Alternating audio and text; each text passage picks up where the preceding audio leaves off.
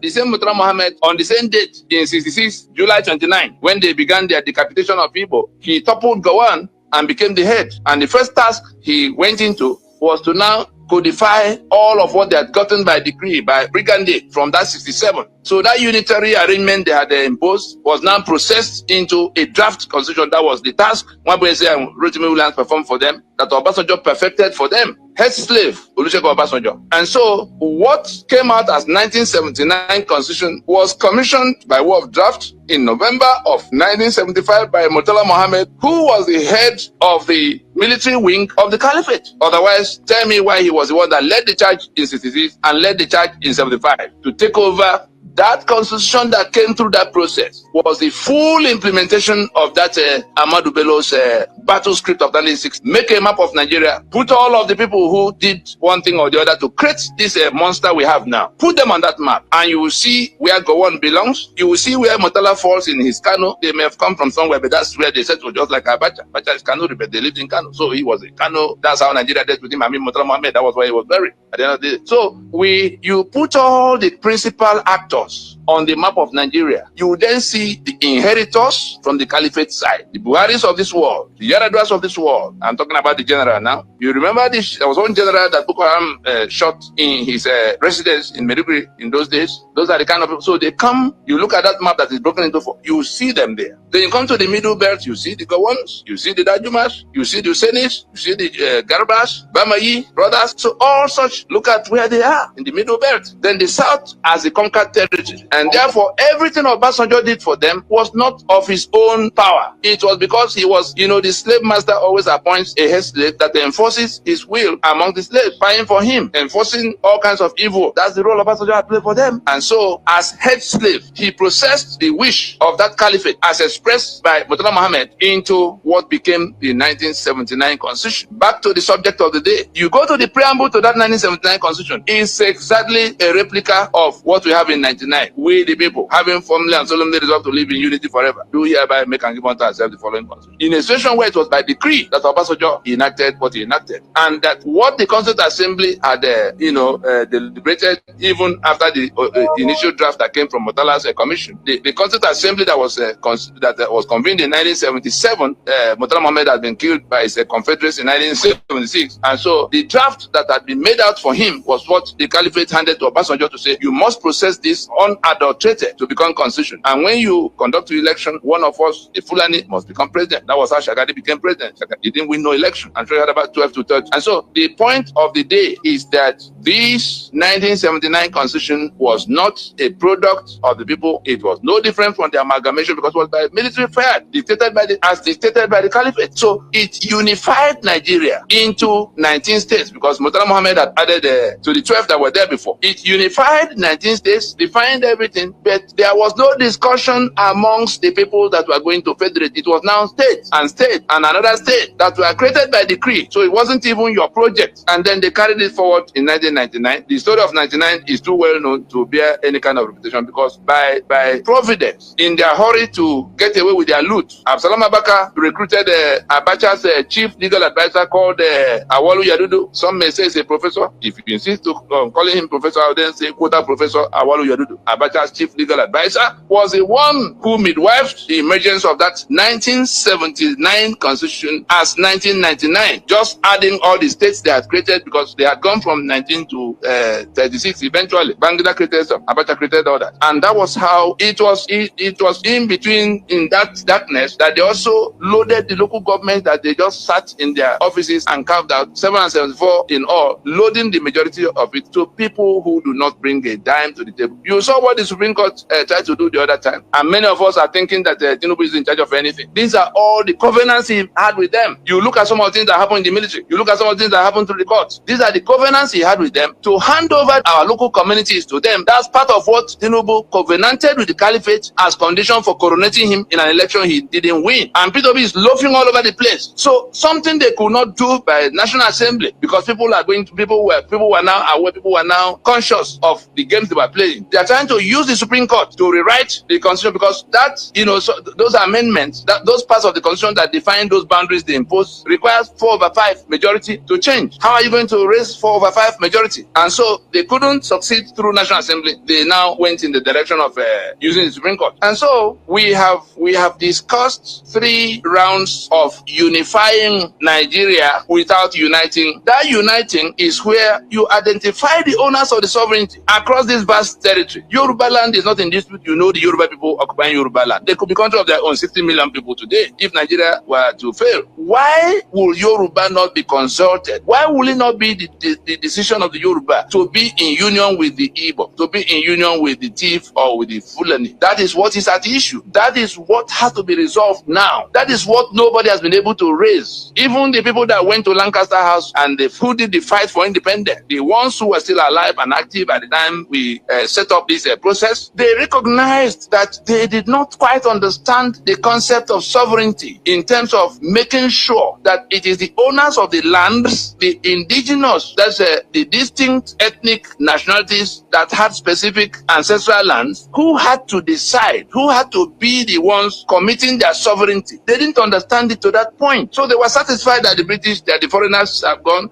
Somehow people, all those boundaries, eastern region, western region, and then subsequently 12 states and 19 states and 36 states, everything was just flying in the air. It was when we came that we sat them down with our knowledge of jurisprudence, broke it down, and they say, hey, no wonder we were swindled in 1960. We didn't know this. And so we began to organize to identify the owners of the sovereignty: small Isoko, small Ishekiri, small Ogoni, medium Urobo, medium Ijaw, medium Thief, big Yoruba, big Igbo, big Hausa. We said, look, every land in Nigeria is owned by one group or the other. There's no loose end in that. Everybody, every single inch belongs to people you can identify. The British avoided them, sidestepped them in arriving at 1914. So they were unified by fiat, by decree. The process that went from 1967 culminating in 1979 again included all of them, unified them into the Federal Republic of Nigeria. But they were not united because it is only by going to do that thing you saw in that preamble that they can be united. It will be of their own volition. They will be the ones submitting their land and their people, that is their sovereignty, in self-determination. Self-determination meaning that they were the ones who decided. And if you want to know what they decide, go back to that preamble. What do you see there? We, the Yoruba of Nigeria, having firmly and solemnly resolved with the Thief, the Igbo, the Ijaw, to be one political union that will not divide in the near future, do hereby make and give unto ourselves the following constitution. Until that statement becomes true, because there has been a discussion and a negotiation, it is that discussion and negotiation that they are running away from. That's why they are looking for the Appian way. They bring Olisabakoba to come and tell them rubbish. They bring Emeka Nyoko to come and